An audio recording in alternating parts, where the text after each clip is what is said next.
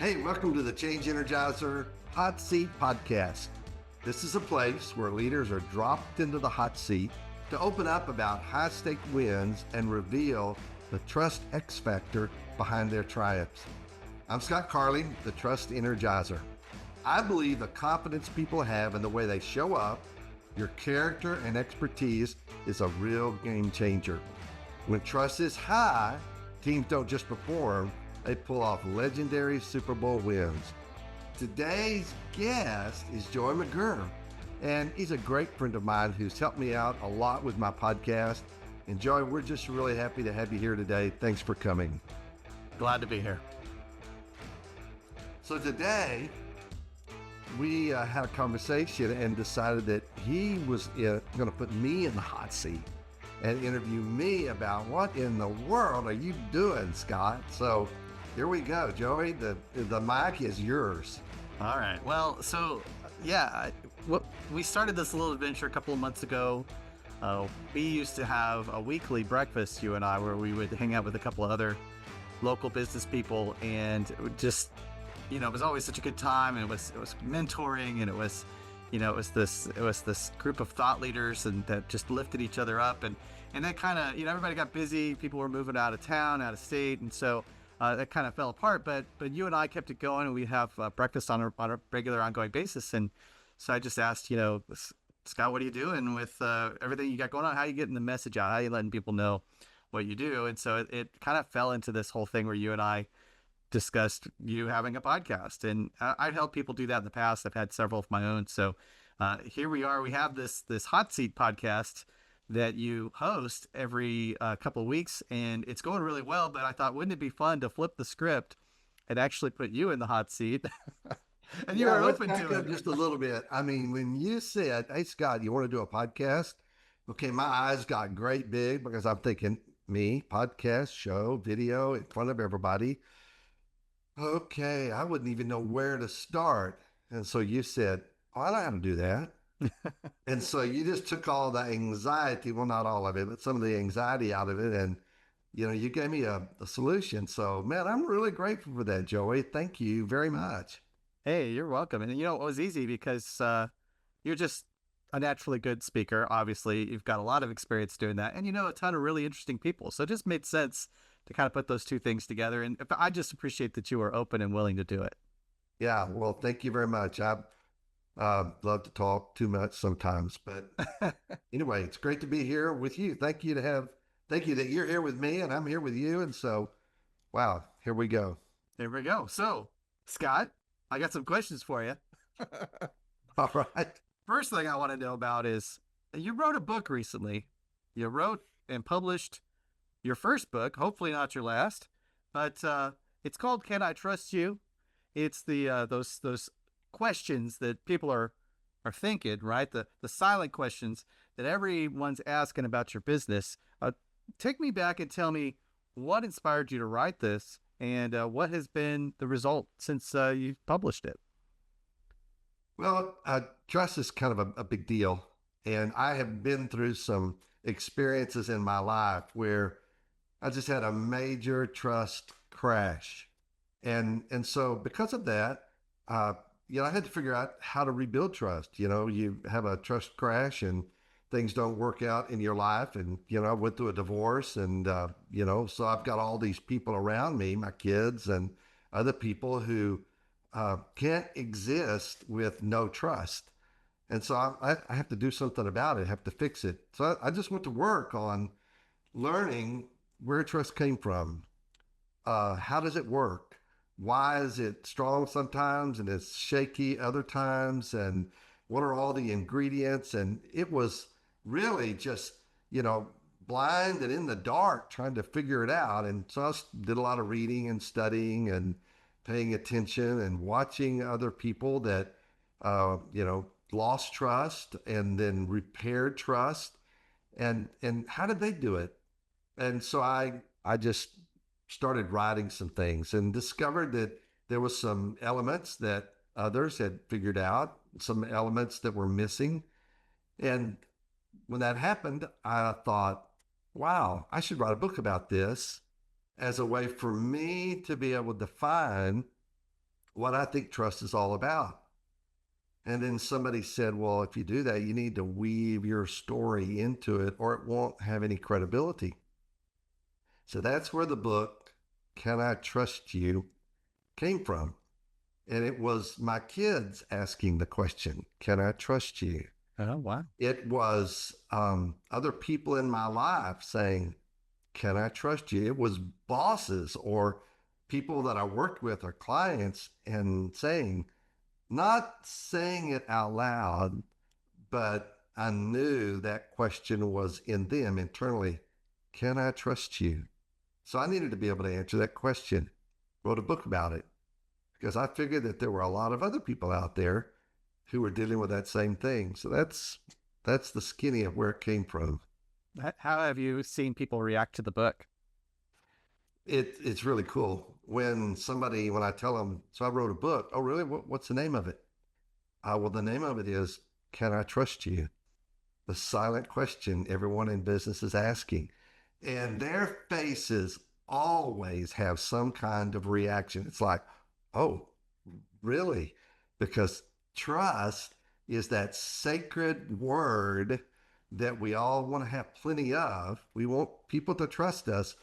And then that feeling of, okay, am I trustworthy? What have I done that's raised trust or lowered trust, that guilt complex. And it's so the response has been great. And then they always say, tell me more.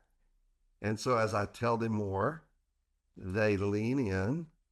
And that's often where I say, I actually have a podcast. And if you'd like to get in the hot seat, we can talk about trust. Yeah. And so far, we've had quite a few get in the hot seat. It's been a lot of fun. Yeah. Yeah. I mean, you also have a book. You can just tell them to buy the book if they really want to know, right? Yeah, yeah. But trust has been eroded greatly in our culture these past 20 years or so. Politics and the business world. I mean, somebody comes to knock on your door. The first question you're thinking is, oh, I got to open this door. Can I trust that this engagement is going to be of benefit to me, or are they just trying to sell me something? When my phone rings, can I trust the person on the other line? It's a big issue. So I think it's a really an important time for it. I'm really glad you wrote it.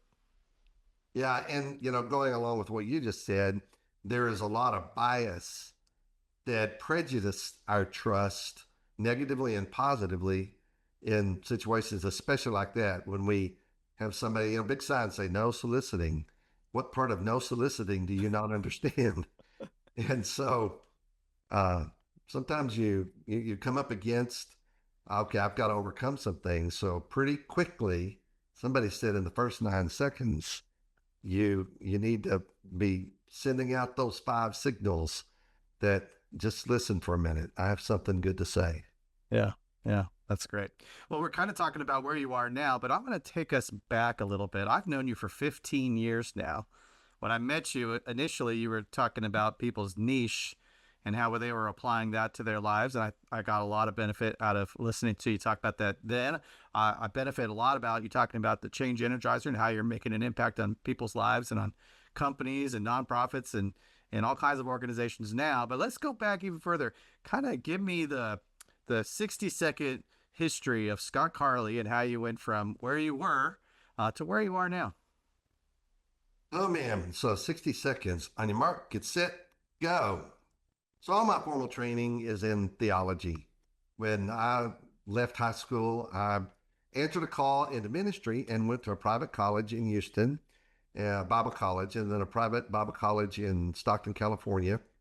When I left there, I became a youth pastor in LA, then a youth pastor in central Louisiana. And then I traveled as what we called an evangelist. Today, you would call that a church growth consultant by invitation to churches all over the country.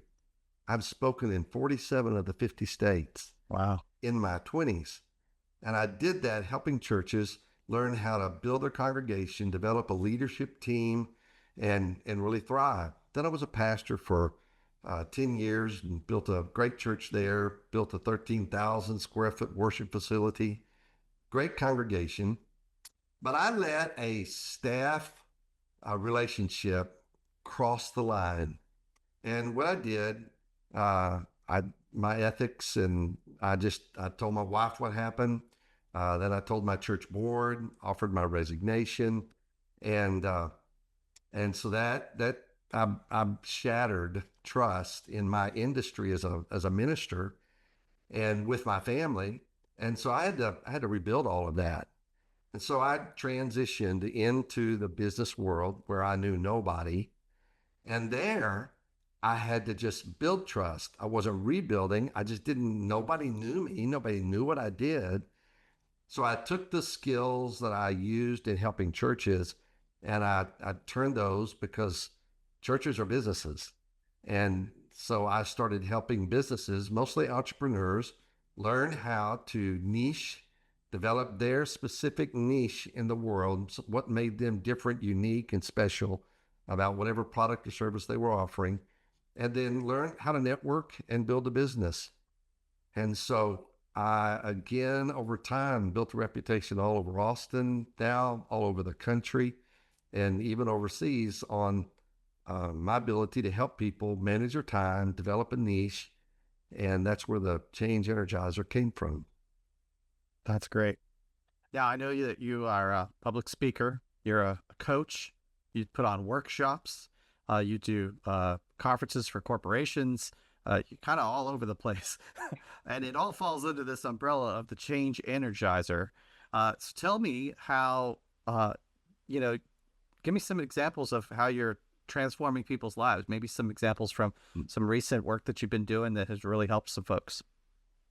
Yeah, so let me go first into the Change Energizer. One of the things that I'm certified in and I learned about was understanding who you are and where you're naturally gifted. And through a thing called the Fascination Advantage Personality Profile, I was able to figure out, through that, where my giftings were. Somebody said one time, you can't read your own label from the inside of a bottle. Mm. And so the profile helped me to understand how the world saw me. And the nickname that it gave me was a Maverick Leader. And a Maverick Leader is somebody who is very creative and has innovation and is not afraid to take action. And that's where the Change Energizer came from. It is innovation and take action change. And so that's a lot of what I've done with a lot of leaders who needed to change, who wanted to change, and were apprehensive about how to take action and how to do that. So the workshops that I've built and delivered around the country are really around that theme.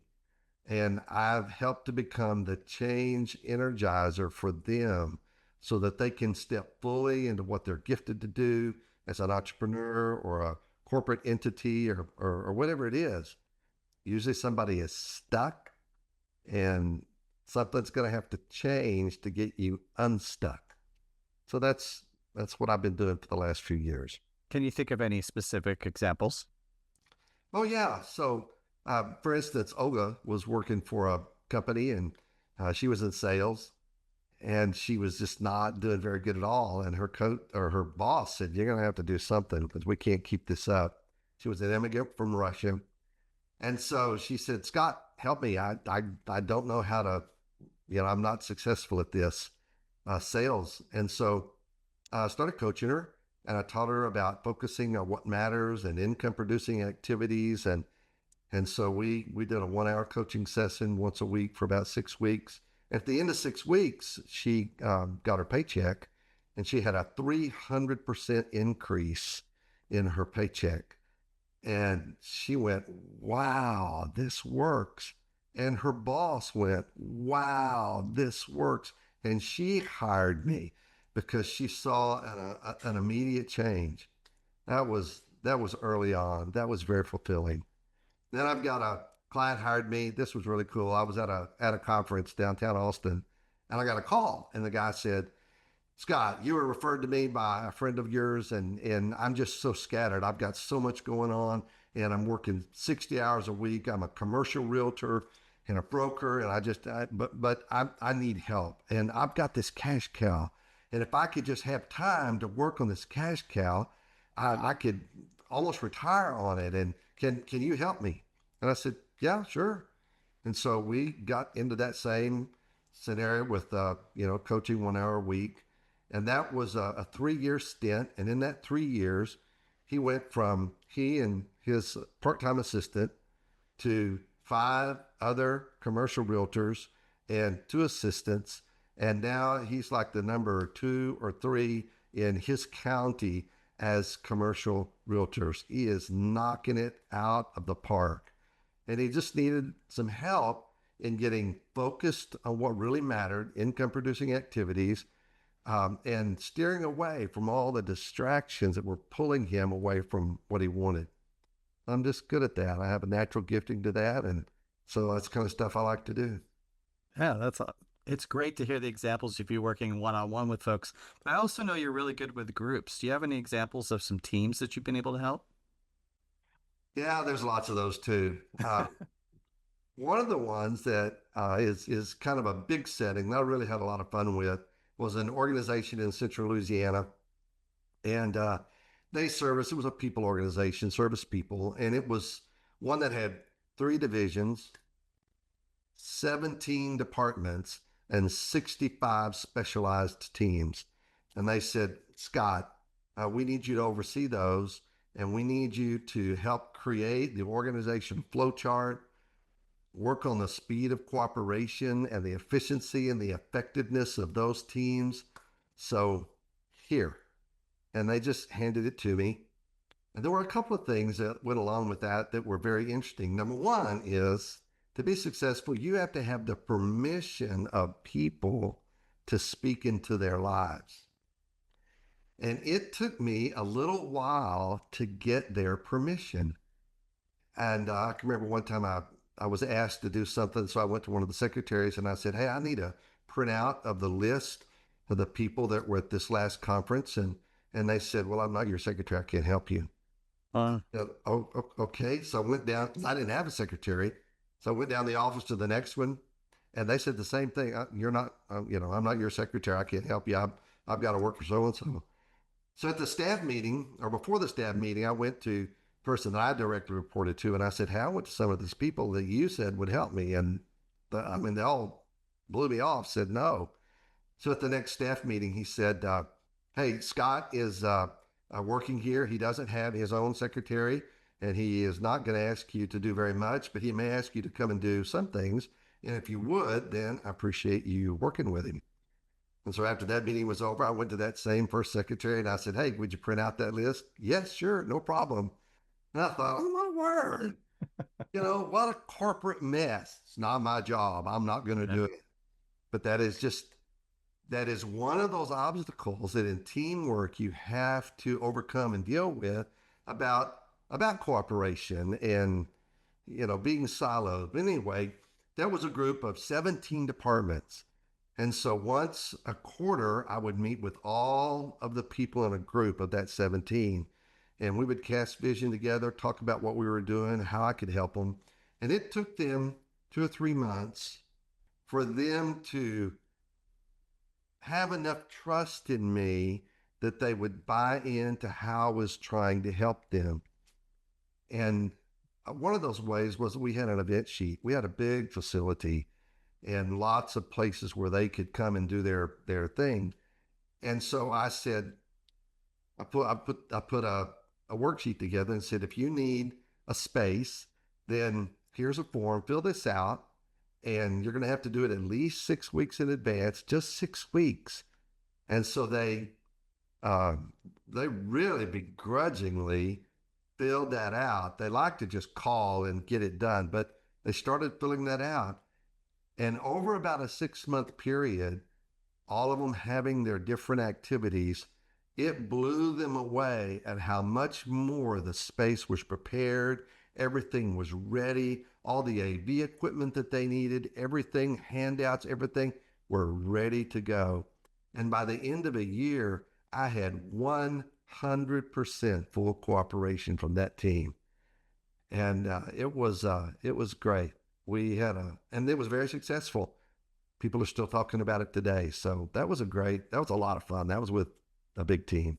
that's incredible. Yeah. Well, and I know you've tons of stories like that because I hadn't ever heard that one before. And I've heard so many stories of people that you've helped and teams you've helped. You had mentioned that after a year, and so we know it takes time to build trust. You having written this book, Can I Trust You?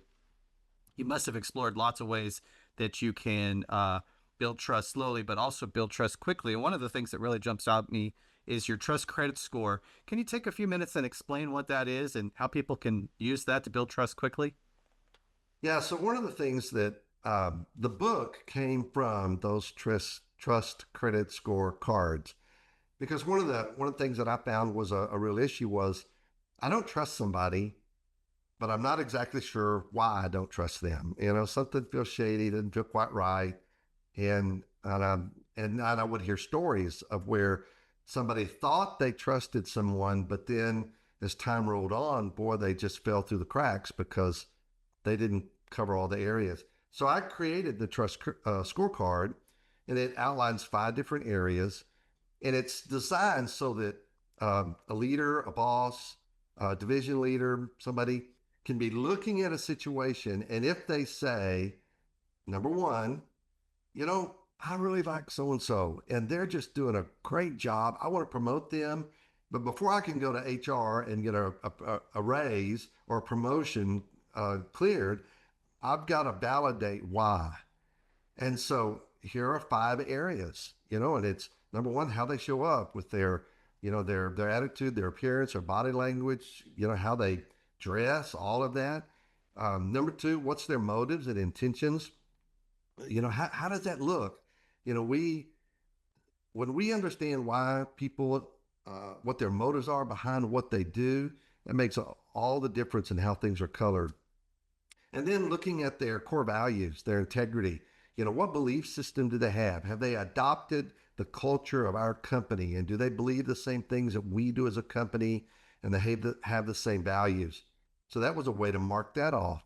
And then what is their expertise, their skill set? I mean, are they a novice, an apprentice, a journeyman, a master? What's their skill level? And, where are they, what are they certified in? So I checked that box. And then the last one, what's their track record? Looking back over the last 6 months, 12 months, 18 months, 5 years, what kind of track record do they have? Well, it seems complicated when I say it, but when you pull out the trust credit score cord and you see how simple I've made it, then it is simple. And so a boss or a department leader can just real quickly look at those 5 areas, check, check, check, add them together, divide by 5, and now I have a trust credit score on a scale of 1 to 10. And now I have confidence whether I should promote them or not promote them. Now, the flip side of that is, what if I have a situation where something feels shady? Well, in that situation, you just flip the card over, just like you said. And now, I ask, what's their body language? Is the vibe out of sync? Something feels shady here. Their actions don't add up. Are they even built for this? And I'm not seeing any receipts. And again, now I have a way, not not yes or no, but on a scale of 1 to 10, where do they fit in each of those? And if I see a real low one, now I know how to have a courageous conversation. I put that in the book too. Because how do you have a conversation about, okay, well, you got a lot of great things going on over here, but there's something about your motives, and there is a sense that you're, something's not feeling right. How can we get you back into character of the person that we trust your motives and we trust what you're doing? How can we get you back into character for that? Now, that is the major key of the whole thing, because knowing there's a problem is 75% of it, but being able to address the problem in a positive way is a whole nother piece of the pie. Yeah. Well, I had to answer that. And I had to answer it for myself, and I had to answer it for all these teams that I've been working with. Because now that we know how to do something about it, oh, we can go to work. Yeah, that's huge. Like you said, knowing that there's a problem is 75%. Identifying the problem, takes you a long way to actually solving that problem. And that's where a lot of people, I know there's a problem, but I can't quite put my finger on it. I can't name it. But giving people a tool, in my 20s and 30s, I spent a lot of time in corporate retail, Starbucks, the Walt Disney Company, and they always gave us tools. I was always in management. And when you have an organization that has 10,000 retail locations, how do you create this simple process that's duplicatable across 10,000 locations? And they had to come up with tools and resources. And this is by far one of the most impactful corporate tools I've ever seen in my life. And it would work all the way from a solo entrepreneur with an assistant all the way up to a gigantic organization like Disney, Starbucks, all these major corporations that I know really rely on this kind of stuff. And any company like them would really benefit from it. That's huge. Yeah. And that is a big deal to me. That's one of my values. One of my values is simplicity. I can't stand bureaucracy. And when there's a lot of bureaucracy and you have to go through all these different levels and you have to fill out a form that's 17 pages deep, that doesn't solve the problem when a manager's got a deadline and needs to get something across the finish line and we need to do it now. Man, they can pull this thing out from their desk, look it over and say, here's the problem. Yeah. Okay, let's deal with this problem. And here's some people who can help me with that. Yeah, That's absolutely. what I'm for. Well, I got a question for you. You've helped lots of people for decades. Where are you at now? What does the near future look like? Who are you looking to collaborate with? And what kind of opportunities are you looking for right now? I've got some things I'm pretty interested in. Right now, I am courting merger and acquisition attorneys Hmm. because one of the things that I've seen and bankers who are financing those and private equity companies who are financing those mergers and acquisitions. Because what I found is that when companies merge or there is an acquisition and somebody is brought into the company, a group of people, that they are never aligned. Now, they may be aligned in the imagination and the infatuation of the owner who pulled that off. But the reality it is, I hear people looking across the room at somebody who just came in and part of a merger. And hey, are our core values the same? Are our processes the same? Are our expertise the same? Am I smarter than you? Or are you smarter than me?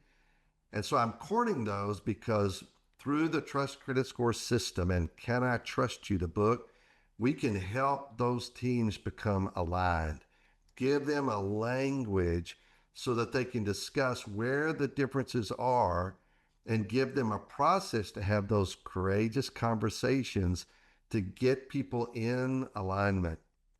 When a merger happens and the attorney is finished, that's one thing. But when the banker looks at that and says, okay, we really need them to make their note every month. So what can we do to help that company that's just gone through that merger be successful? I know a guy. That's me.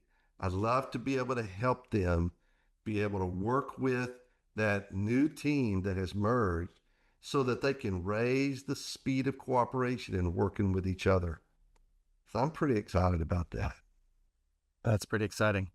Well, let's talk about the podcast real quick. I know we started this adventure about 2, 3 months ago. So tell me what your vision is for it, who you'd like to have in the hot seat going forward, and where you'd like to see it end up somewhere down the road. Yeah, well, I am very excited about it because it is a great way for me to get the message out about how people can receive help through a variety of things. One, the Trust Credit Score is really where that was the initial thing that got us going. And we're going to be talking about that for a long time. Pretty soon, you're going to see some about how to actually score, and then some of the top 5 check engine lights that come on that identify where problems are. And so we're going to be doing a lot of things like that. Putting people in the hot seat gives them a way to showcase their expertise, which is what I'd always love to do. Because how many times does somebody who's got a product, a service, and they just want to be able to talk about it? Well, I want to give you a place here to talk about it that all the questions answer why you should trust them. So that's kind of where it's going. Eventually, I'm going to be talking about some things that have to do with the fascination advantage, personality profile.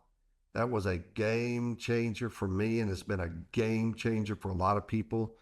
When you're able to understand how the world sees you and your giftedness and your expertise, it allows you to lean in to your giftedness. And when you do that, man, the world just is attracted to you. So just a lot of things that I want to do. And then just there's some great people out there doing some great things. And I want to get them on the stage with me and let's just talk about it. You know, how did you get here? You know, people who have been role models, people who have done great things have been tremendous inspirations to me. And just by hearing their stories were some of the nuggets that I needed to get to where I needed to go. And, you know, how they overcame some of their obstacles and their problems. I want to bring some of those people in and let them talk about, you know, how they overcame and got to where they are. Yeah. Hey, if somebody's watching this right now and they're thinking, "That's me. I want to be in the hot seat. I want to get on this train with Scott and see where it's going and get on his show." How do they go about doing that? Well, that's easy to do. There's a link called theenergizer.com, and if that will send you to my scheduler and book a call with me, because I'd love to hear your story. And if your story is something that fits on the podcast, then let's put you on the show. So that's a really easy thing to do. Go look at the podcast, and you can find that at Change Energizer Podcast, and you know, see some of the stories, some of the other stories. It's okay if they're duplicates. And I've already interviewed 3 financial advisors. That's okay, and others. But just book a call with me, and let's talk about it, and let's get you on. Let's schedule a time, and we'll make it rock and roll. That sounds great. All right. Well, thank you so much for your time, Scott. Yeah, well, thank you. And hey, for all of you who've been listening in, and maybe you didn't catch the first part of this is Joey McGirr, who has helped me tremendously put this podcast together. And I just want to thank him again for all that he's doing. So if you want to talk to either one of us, man, give us a buzz and go to the link, and we'll make some things happen for you.